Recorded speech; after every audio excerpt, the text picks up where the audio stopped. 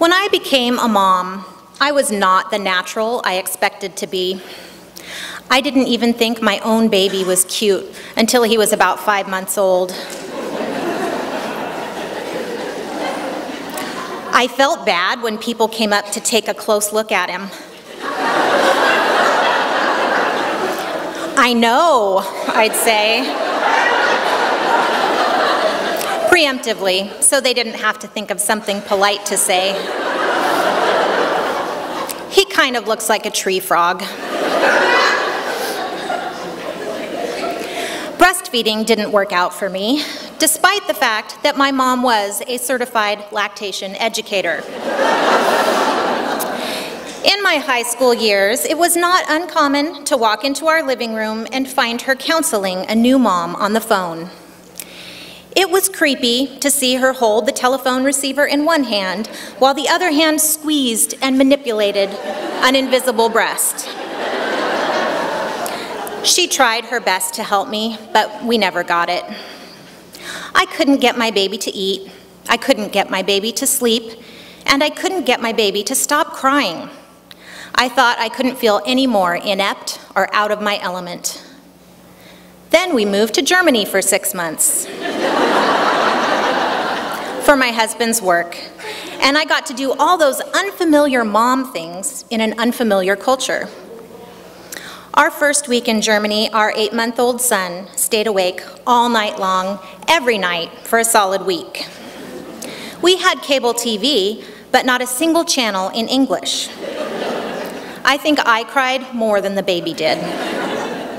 Finally, we ventured out during the daytime. I squinted in the sunlight and lurched down the sidewalk with a firm grip on my son's stroller. I must have been a sight because a German woman with twins said hello and then stopped to ask me about myself. I tried not to let her see me cry when she asked me for my phone number so we could set up a play date. I didn't hear from her.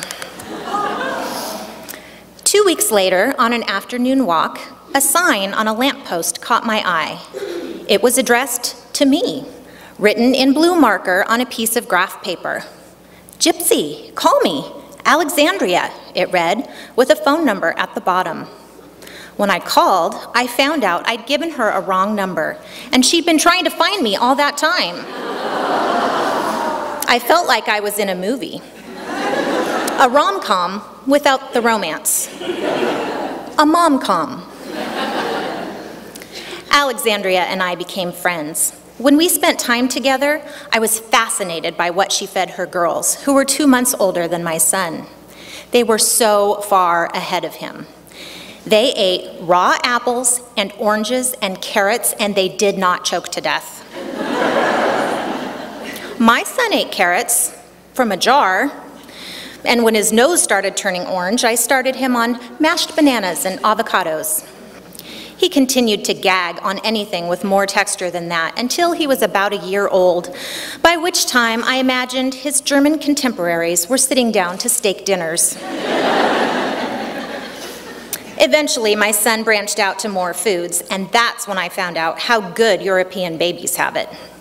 The jarred baby food from the grocery store tasted better than some restaurant meals I've had in the States.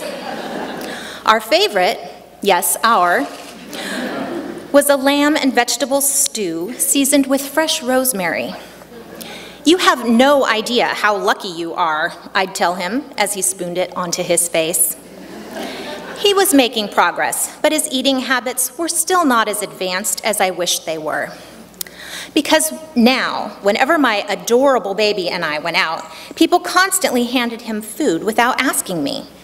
Food that he could not eat because, culture be damned, hard candy and small toothless children do not mix. One afternoon, towards the end of our time in Germany, I ventured into a small deli, the kind of place I usually avoided because I couldn't lurk there without drawing attention to myself. A quick glance at the case revealed many loaves of pressed meat products of varied color and texture. Before I could make a graceful exit, the man behind the counter caught me looking and misinterpreted my terror for interest. Quick as can be, he reached for a pink log, put it in the meat slicer, and handed me a piece. I took it, then froze. I knew I had a decision to make, because that slice of whatever it was not meant for me.